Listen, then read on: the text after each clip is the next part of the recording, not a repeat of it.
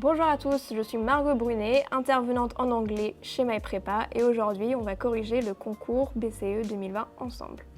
Comme d'habitude, pour les essais en anglais, vous aviez un texte extrait du Harvard Business Review qui parlait du rôle des jeunes, notamment dans la prise de conscience environnementale. La première question consiste essentiellement à répondre à la question posée, déjà, question qui invite à synthétiser la plupart des idées présentes dans l'article, et d'ailleurs seulement les idées présentes dans l'article, il ne faut surtout pas ajouter vos opinions personnelles ou d'autres idées qui ne sont pas présentes dans l'article. Et comme il faut répondre à la question, il faut également se concentrer sur les parties de l'article qui décrivent le rôle des jeunes, puisque la question c'était bien « What is the role of young people in the climate change movement ?»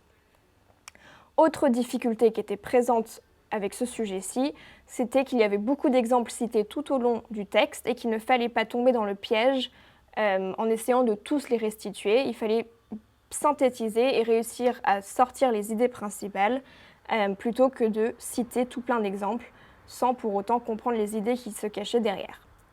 Donc, les points principaux à ne pas manquer, c'était that young people are more receptive to environmental issues, with activists such as Greta Thunberg being at the forefront of the international political scene, and there were also other more local movements that were led by teenagers and younger politicians that were also being successful and that brought about structural change.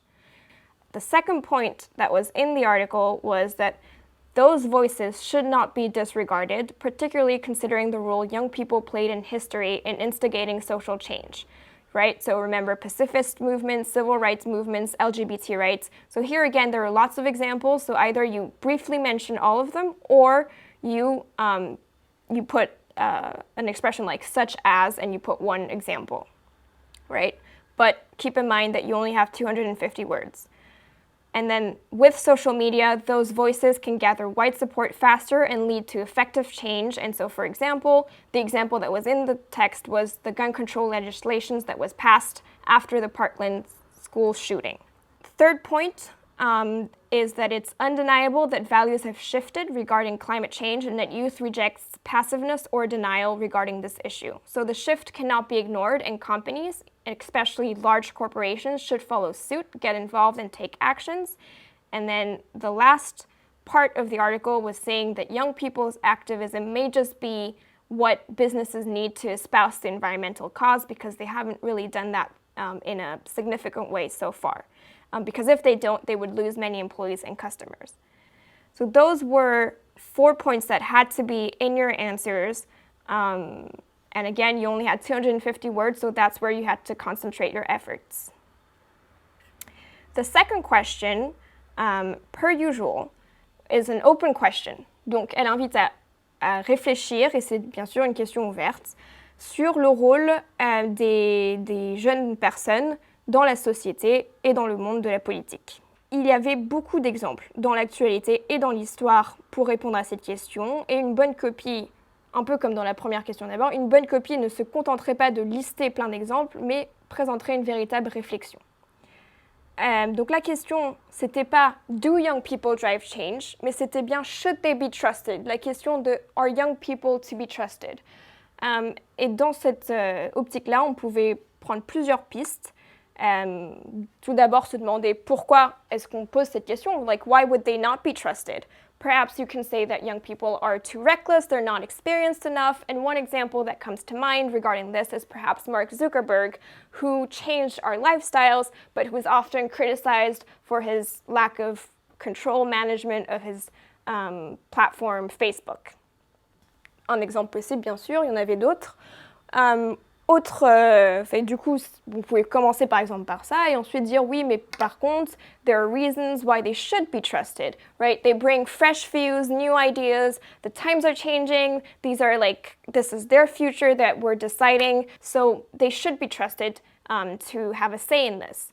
And so here, there were many examples in history. During the Vietnam War, you think about Woodstock and all the hippie movements, all the pacifist movements, artists like John Baez or John Lennon that sang protests for their generation.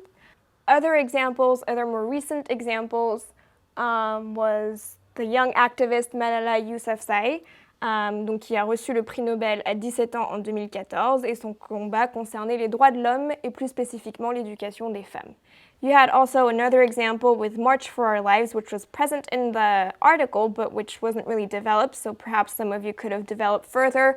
La manifestation estudiantine en 2018 en réaction à la fusillade de Parkland, et les jeunes demandaient donc un meilleur contrôle de l'accès aux armes à feu et protestaient contre les school shootings récurrents aux États-Unis, a topic that was really perhaps interesting to answer this question. Autre piste possible, if we don't trust young people, who should we trust? Should age really be a consideration? If so, why should we trust old people or older people rather than young people? Et dans ce cas-là, vous pouvez peut-être amener une réflexion pour ceux qui osent avec une certaine pointe d'ironie, en remarquant que les candidats aux élections présidentielles aux États-Unis en 2020 ont 74 ans et 77 ans, donc respectivement Trump et Biden. Et donc sans bien sûr rentrer, tout en restant neutre et sans forcément rentrer dans les considérations politiques, vous pouvez vous demander s'ils ne sont pas, a tad out of touch with younger generations. Are those people really people you want to trust a nation to? Something you can ask. Et enfin, peut-être une résolution possible.